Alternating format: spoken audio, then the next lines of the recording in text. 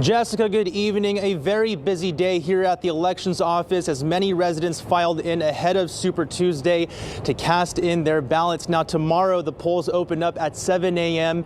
and will conclude at 8 p.m. And county election officials want everybody to know that it's going to be even more hectic tomorrow than it was today. So they're advising people to go onto the kernvote.com to look at all the different polling stations across the county. Now this is the first time Super Tuesday has been held in California in the last several years.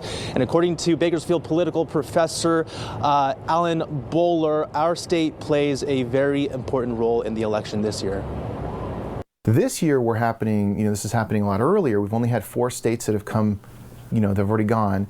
So we are very much an important part, maybe the most important part of tomorrow's process of choosing the nominee. Thousands of Kern County residents will be casting their votes for the presidential congressional primaries plus state and local contests on Super Tuesday, when the greatest number of states hold primary elections and caucuses.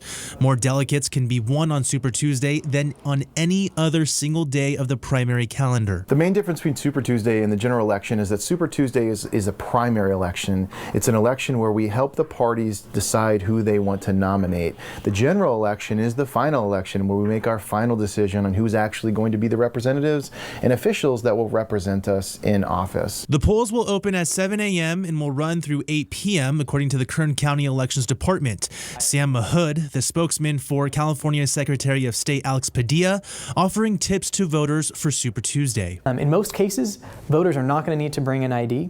The rare case where you will need some form of identification or proof of residency is if it's your first federal election and you registered to vote and did not provide a driver's license, social security number, or state ID. Mahood adds that if you are in line before the 8 p.m. deadline, you can still cast a ballot even after the allotted time. Bowler says early polls in California seem to favor Bernie Sanders. The polls seem to favor Bernie Sanders, and I think that's probably accurate. Bernie Sanders does seem to be pretty popular with some important demographics in California. Latino voters seem to really respond to Bernie. And younger voters are a big part of the Bernie campaign. There are various polling stations across the county, so if you're not sure where to cast your vote, you can head to our website, turner23.com.